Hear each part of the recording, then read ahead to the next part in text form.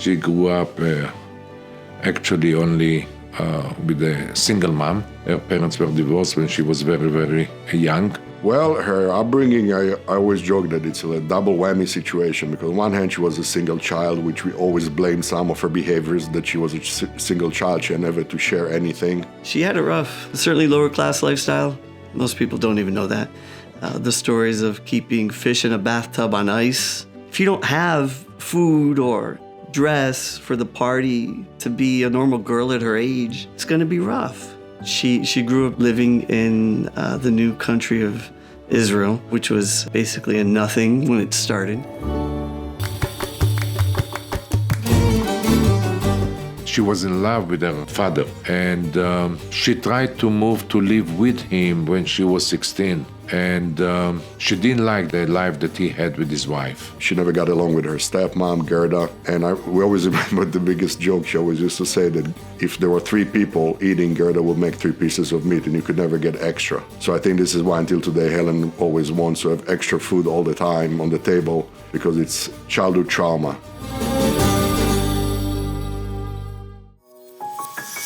Helen comes from an environment that education is the most important thing. As a matter of fact, when she was 8 years old, her mom put her in a special course to study English to small kids. Then when everybody in Israel started to study English in age 12, she started at age 8. And this is the reason, by the way, she continued with this, and she was very good at this, and she became an English teacher. When she met my father, she got out, went to America, and found a new life for herself, and really didn't come back to Israel at all for the most part, until she did, and she met Jacob.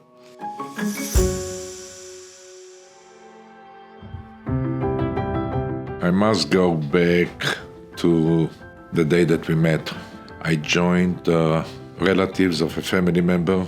They had a manufacturer making recliners, and we contact the Women magazine, and we asked them if we can have some story done about us.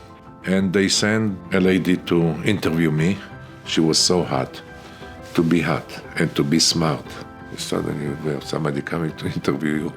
Beautiful girl, looking like gorgeous, and also smart on top of this. Jesus Christ. What is it about Helen that attracted Jacob to her so much? Her body. You want me to tell you the truth? What do you want me to? I'm being honest. He will tell you too the same thing. My mom must have been smoking hot, because to have 3 kids and to say yes, that's a lot. Jacob likes a good-looking woman, and Helen fits the bill. And I asked her, how come you're by yourself? And she said, my husband is in the United States for a visit. And she said to me, how come you're by yourself? I said, my wife is in Europe. Naturally, both of us got divorced, and all the rest is history.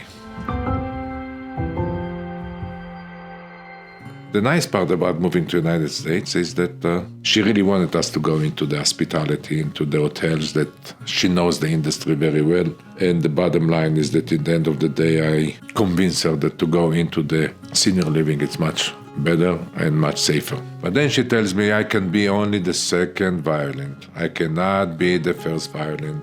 She was the secretary, she was the purchasing, she was everything, included even a CNA. Helen and Jacob absolutely understood and worked very hard on everything.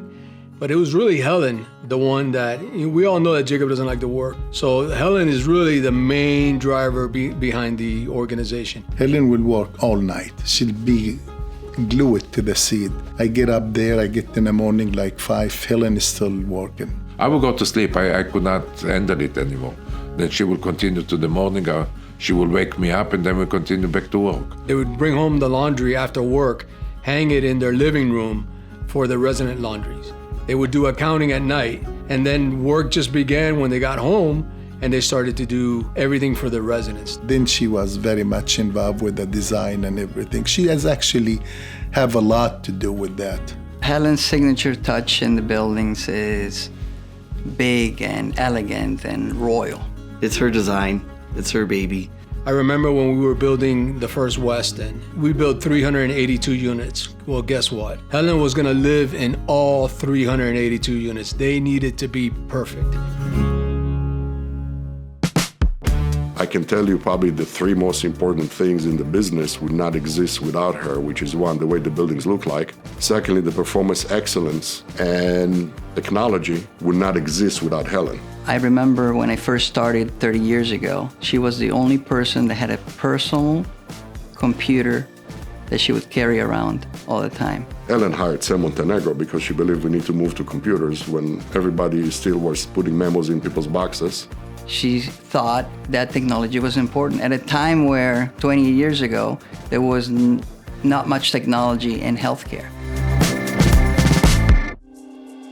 She's so perfectionist that it's sickening.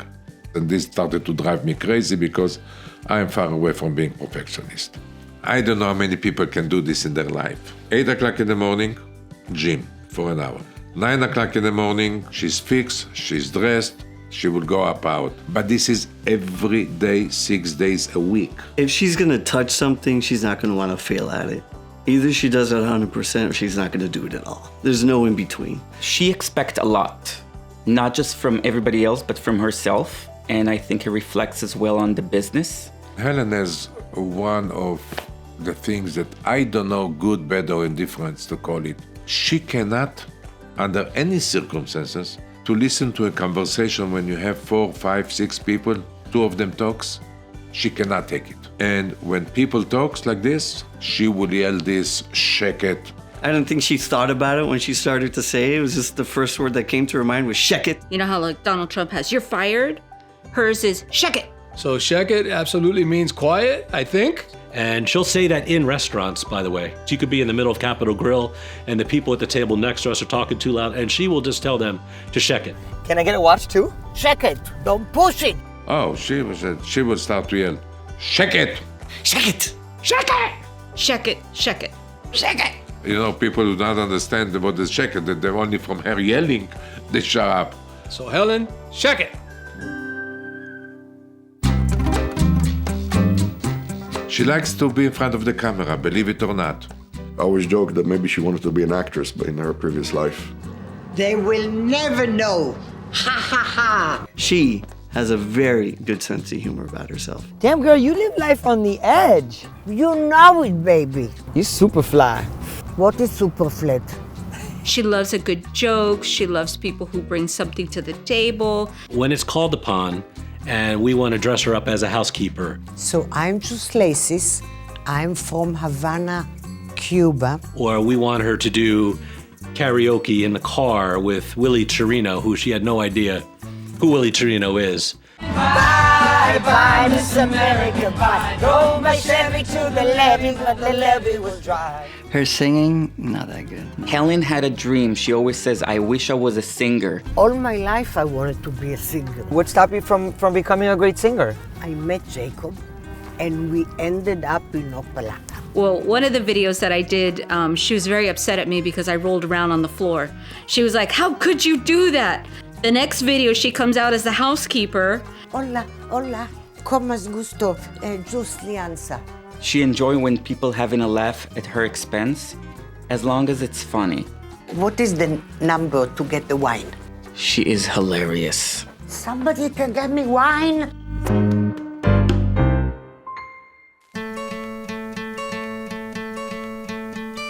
I hope Helen's legacy will be that not only that she managed to overcome all the horrible things and all the hardships that were put in front of her, but she also knew that when she got to where she wanted, she shared her greatness and wealth with the people who need it, like Nicholas Children's Hospital, like Baptist Miami Cancer Institute, and in Israel for another hospital. She has a big heart. When we go to philanthropy, she wants to do it only to a foundation or only to an institution that can do good to people.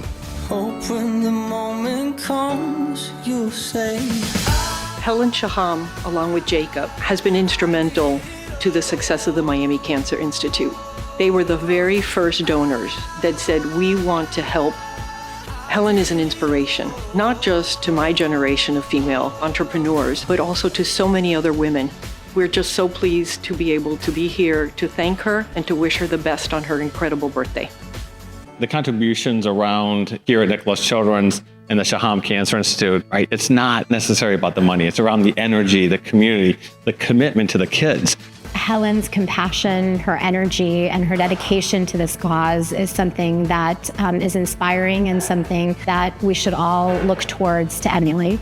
I hope that their gifts and their work and their vision can continue to inspire others to do the same. Dear Elena, your generosity and vision have made a truly meaningful impact on our hospital and the lives of so many patients. The new cancer center you so generously support stands as a lasting symbol of hope and healing. Wishing you good health, joy, and many, many more years filled with purpose and love. Love you.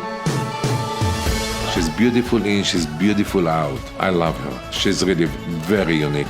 She would be there for everything that I would decide to do. I think if I know anyone who lived a full life, it's her. I joke that her age is like 560. She is the backbone of the palace, and she's the one make Jacob look good every day. Her intensity is a big driver. When Helen loves you, she loves you intensely. When she decides to build a new building, she does it intensely. For her, everything she does is with that same intensity and passion. And it's not a surprise that she's been as successful as she's been.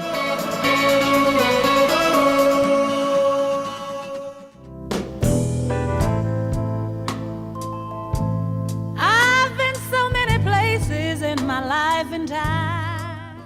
You know, in life, if you have one great mother, you're truly blessed. In my case, I had two. So thank you. I love you very, very, very much.